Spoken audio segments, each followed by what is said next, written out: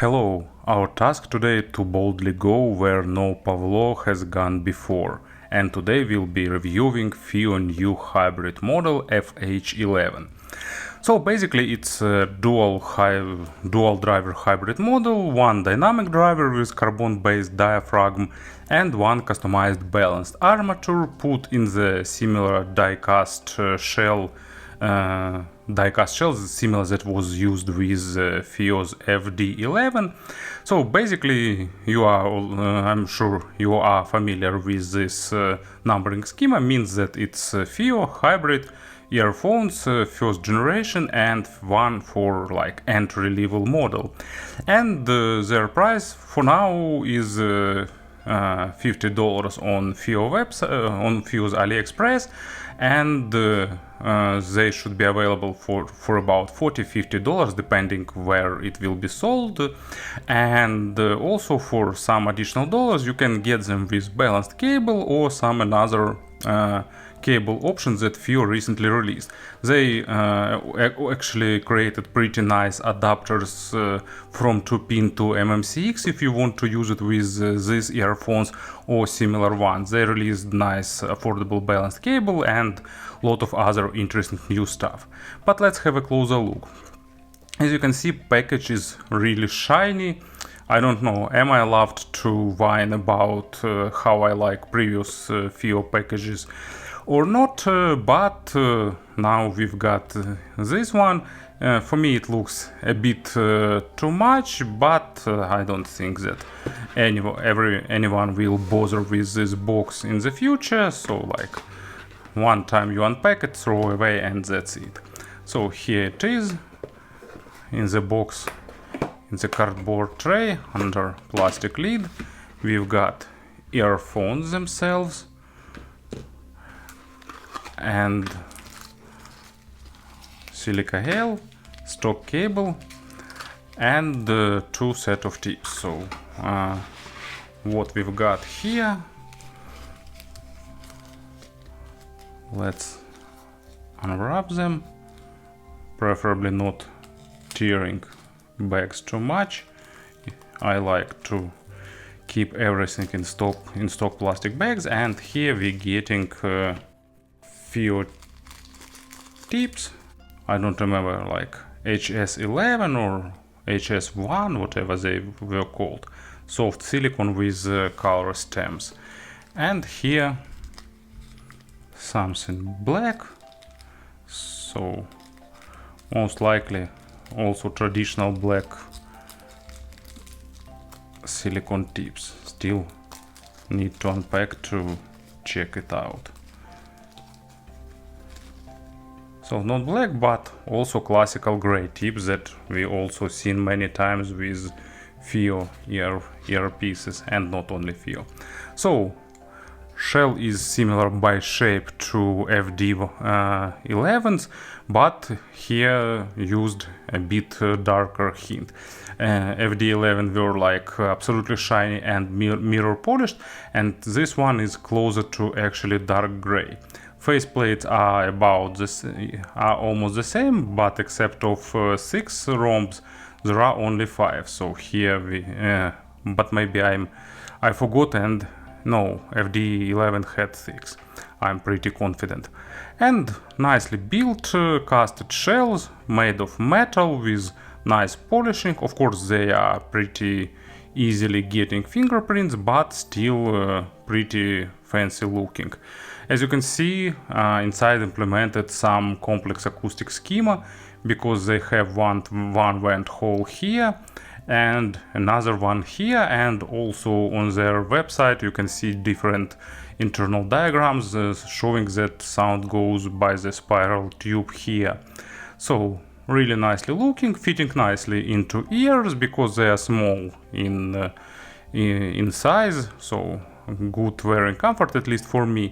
And I also like this extended spout. Maybe it could be problematic for some, but I think there won't be too many problems. Just keep in mind that most likely you'll need a bit smaller tips with them. In exchange of sometime need to fiddle with tips, you're getting better passive sound isolation because they go deeper into your ear. Here is stock cable, a bit fancier than we've seen with FD11. So here it is, 2 pin connectors, they are color coded, so cable is a bit tangly but nothing criminal. So here it is, it's right earpiece, you can see red connector, red socket. Sockets are a bit deeper and deepened, but recessed, yeah, I remember correct word actually. So, but I don't think that there could be some big problems with fit. Pretty tight, and as you can see, matching connectors pretty well. And here is ear hook, and cable became fancier, it's multicolored and looking nice, but it's soft and pretty thin, so definitely not audiophilic, but comfortable in wearing. And here is a splitter, no chin slider, but because cable is soft, unlikely you'll need it. And here is cable braided going down to regular angle jack. So in my opinion, everything here in terms of exterior is made on a great level.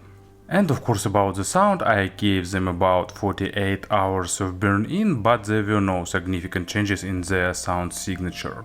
And speaking about signature, if I'd have to characterize these earphones in one word, it will be fun. But not like fun meaning 5 years ago, when usually fun meant like boosted bass, boosted treble, strongly V-shaped signature. Here actually, if we're looking at the frequency response, they are also V-shaped, but in practice they percept a bit differently. It's like a slightly warmer lower part of sonic spectrum and the detailed, clean and crisp upper part, and it gives, you know, pretty enjoyable listening experience. At the same time, they are not harsh, they are pretty comfortable, but at the same time I can't say that they are warm and losing details. Of course, they're not trying to be detail monsters, they're not trying to be super technical, super focused on the micro contrast, but they try to entertain you, and actually they succeed. So low frequencies are boosted, and it's not like big boost, neither it's small, it's like average size boost with both deeper low frequencies and mid bass, and that they are in a good balance. Because deeper bass is present, but at the same time it's not over dominating, and it doesn't shift the tonality of bassy instruments towards the deeper low frequencies, so they remaining sound natural. But at the same time, here you're getting additional weight and you're getting decent impact, and that means that acoustic instruments, or like not only acoustic but bassy instruments, will be like a bit highlighted and a bit enlarged in sound. It's pretty enjoyable because it allows you to focus on different nuances and details. It's not trying to be hyper realistic because it's lacking a bit of that rich bass nuances, but still instruments remain pretty realistic. And genres with synthesized low frequencies are sounding really fun. So, first example, it's Musica Nuda, Ave Verum, and usually such tracks require much better equipment to unveil the full potential. But FH11 managed to deliver it with such level of enjoyment and such level of that contrast, because from one end you're getting nice highlighted double bass with that super enjoyable not sense but sound of fingers touching the string, pulling it and releasing, And from another hand, you're getting pretty clean and crisp vocal with slightly added energy in the presence area to sound like more emotional, and that builds like great contrast.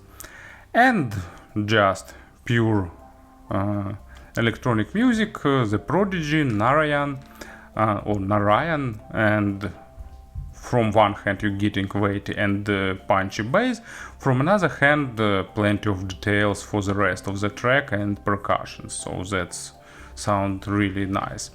Bass is pretty well controlled, so it stays on its place in vast majority of situations, but sometimes it can highlight lower part of mids with additional weight.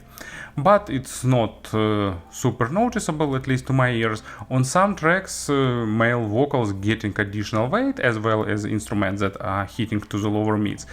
And in part of cases, it's a bit shifting them from being natural, and for some tracks it's just giving you additional body, and it fits perfectly the track itself.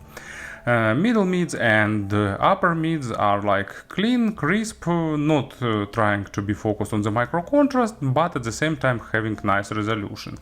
A bit highlighted dynamics gives you also a bit highlighted emotions, but not too much. They are not critical for the quality of records, but anyway, good material will bring more life to their sound. Imaginary stage is noticeably above average in width, not the huge, but noticeably wide. And just about average in depth, so depth is smaller than width, but at the same time depth layers are nicely separated.